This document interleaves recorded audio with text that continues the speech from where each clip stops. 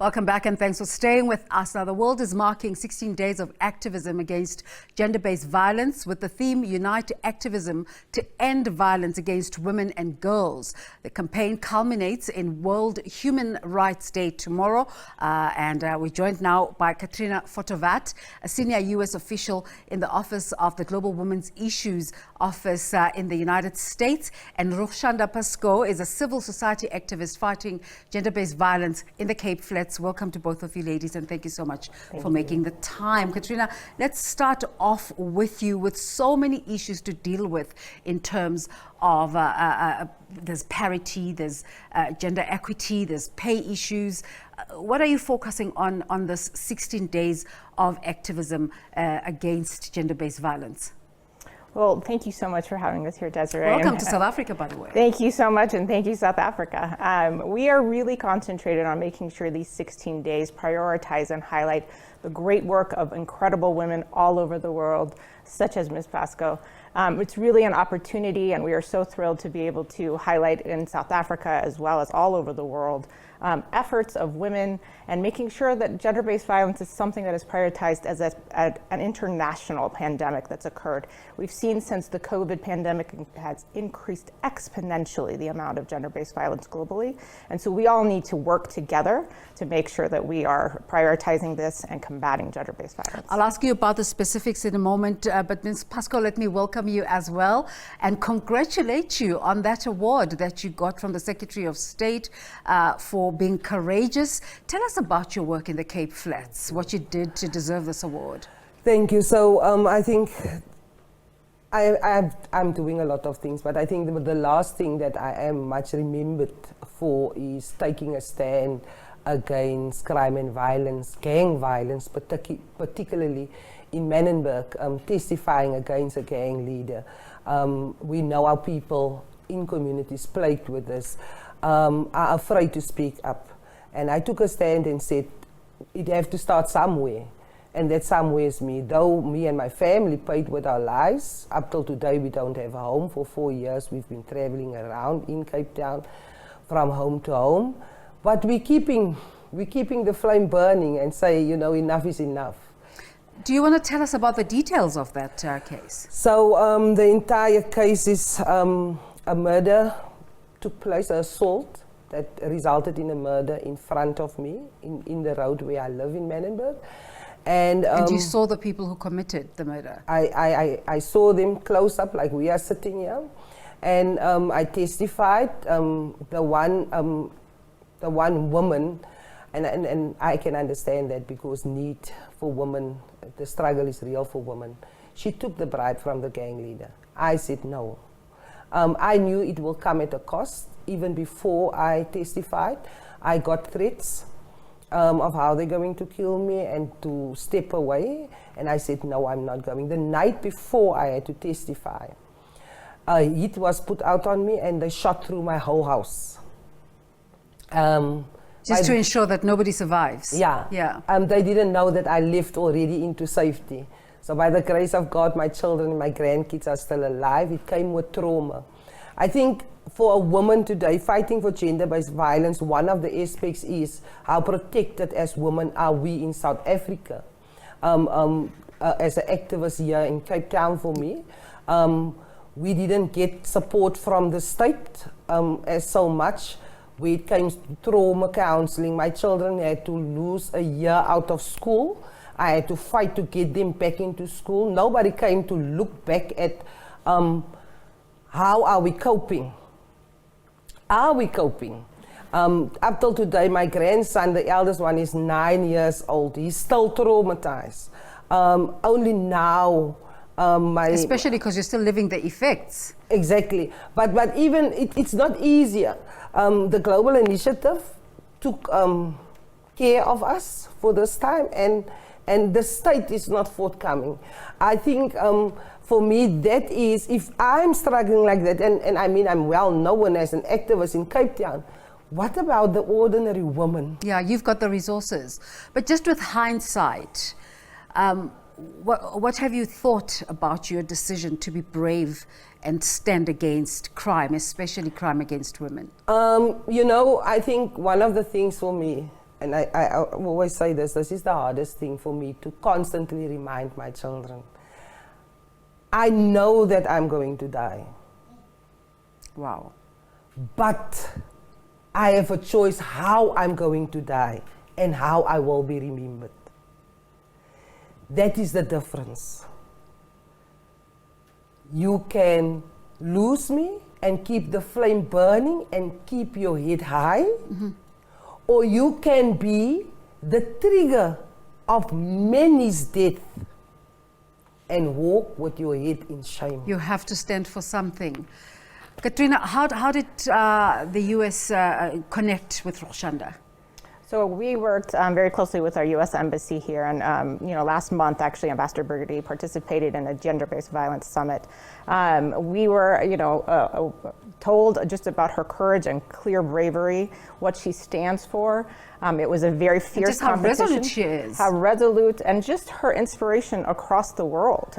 So having a global hero such as this, represented by South Africa, really was, so important to make sure to highlight her incredible work. Are you still engaging with the community? What are they telling you? What's happening on the ground? Are the gangsters planning anything against you? They are very afraid for me to come in. So when I go in, it's always under the radar. I have my own camouflage. Yeah. that I How go crazy in is that for taking a stand? I'm still, so my primary school is there. My children also attended school, and it's very close to my heart. And so I give my contribution to the school still. I help them. I think now we are in a process where, again, people are dying. A woman was shot in her house. So it's not getting better. It's not getting better, but we're not giving up.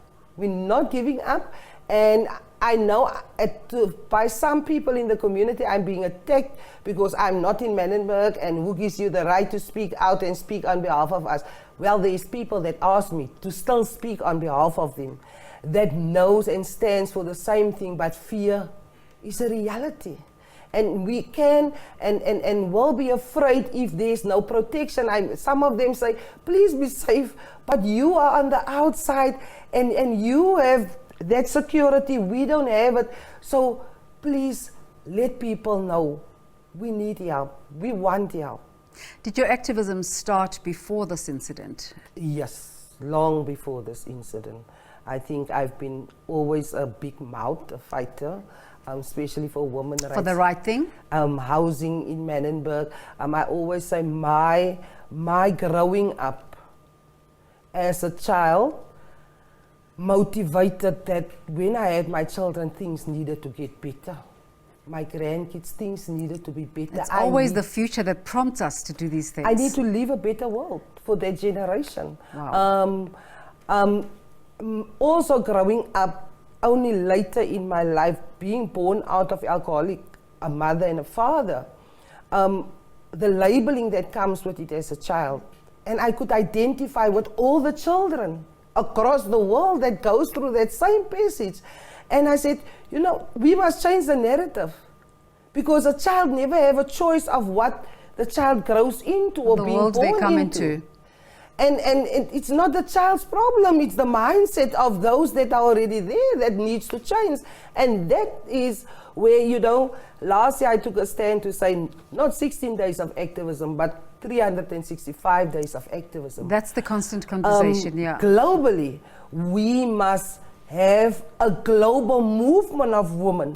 We must break down these borders between us as women and say, this woman that are being murdered and killed by our men, we give birth to that men. How are we going to change the narrative and create a space where these men also don't need to feel guilty to cry? Yeah. They can cry. They can feel pain, because this is what we as women need to realize. Our language, if it does not change.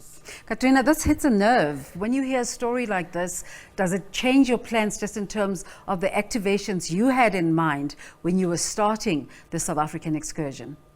Well, we certainly, see this as an opportunity to highlight such incredible activism and make sure that the voices of such strong women and leading a global movement. I think this is absolutely what the 16 days means. We are getting ready to launch our gender-based violence global strategy as well. Yeah. And so this is really an opportunity for us to really utilize such lessons learned and examples for the entire world. So I'm just amazed that with such an incredible story, you're still able to smile. Oh, yes. I think that is a gift from a higher being. Somebody asked me, I said, I laugh through tears. Because there is one thing, I'm not a religious person, but I'm a spiritual person. And I believe we will overcome. The movement I started, it's action, unity. Not unity, action. And so a lot of people was like, why are you starting this movement? I said, the one thing any oppressor fear is unity. And so as a people, as women, we must unite. Yeah. But another amazing thing is that you haven't lost your voice with everything you've gone through. How do you self-motivate to start again tomorrow? Not always easy. There comes moments when I fall. I always say this, I have flaws. I think the people that I can really, there is my children. When my children said to me, I've asked them, do you know what this means for me to testify? And they said, oh, the gang, they are after you. And it's easy to talk about it than to live it. Exactly. Yeah. And when it strikes, because nobody believed me when I said the threats is coming. When it strikes, my fear when my grandson screamed, Ma, come help us, ringing, the bullets ringing, they're going to kill us. I couldn't sleep that night. The next morning when I went in, because they found constantly, Mommy, stay, they want you, they want to kill you. And the children said to me, I said, how are we going to handle this? And they said, we prepared to die for you. And I just want to add this, in the court, we must remember this as a leader and as activists. In the court, the very same people that came for help to my house on a daily basis, many that I have secured getting a home of their own, stood with the gang leader. Wow. That was the pain for me. So I want to ask you now, you say that there is no psychological support for your kids. Why aren't we getting that help, Katrina? I mean, I think that's something that governments and activists struggle with all over the world. And, obviously to have these voices, to have, journalists such as yourselves making sure to highlight this as a priority, repeatedly make sure that this is something that we have to band together. Would you agree that it's urgent, though? Absolutely urgent, absolutely. And we're talking about cycles of trauma and making sure that we're addressing those in communities. We all want our families to be safe and healthy. And making sure that this voice is heard. And of course, the 16 Days of Activism culminates into International Human Rights Day tomorrow, and the conversation of women's human rights also flows into that. How are you handling that? Yeah, I mean, as has been said many times, women's rights are human rights, and making sure that, this is an integrated and intersectional approach that we take on our foreign policy, that we take internally in our domestic communities. That is something that we make sure to prioritize, and again, work with incredibly brave, strong voices such as Ms. Pascoe. Roegchanda, you might come from the Cape Flats, from Manenberg, but your story is a story of a woman in Soweto. A woman in KZN. What do you want to say to women in South Africa at this time? I would want to say to them, because also women can be their own worst enemy. Let's walk away from what has been put amongst us to divide us. Wow. Let's keep hands tight. If you are homeless, it means I am homeless. If you are hungry, I am hungry. If you do not get decent help, it means I will also not get decent help. Therefore, we cannot allow anything to come between us as sisters, as women. One slogan. I have a film which I call The Womb Nurturers. We are the women that have created a world of people. It's through this mother's womb another child is born. Yeah. Therefore, we must be acknowledged, we must be recognized, but we cannot hurt ourselves and each other as sisters. We must unite. That is the worst thing I've experienced as an activist, so I want to tell our sisters, no matter which color, religion, creed, please, please, please, as women we must unite. As women we can save this country, we can save the children of this nation, but as mothers we must speak with one voice. Slogan, one love, always, no matter where we are from. It's really a concern that your life is not safe, and we hope that changes soon. We hope you can come back to give us a different update. But Katrina, just a quick one, a wrap-up of your activities in South Africa. Where will you be going and what will you be doing? So we were lucky enough to be here for the Focal Points Network that South Africa, on Women, Peace and Security, that South Africa was hosting. We look forward to continuing to partner with South Africa on these issues to make sure that women are included in leadership and security issues, and making sure that we're highlighting and empowering the voices of incredible women. Katrina Fotovat is with the U.S. Department of State in the Office of Global Women's Issues, and Roegchanda Pascoe, civil society activist in the Cape Flats. Thank you so much. Really honored to have spoken to you. Thank you.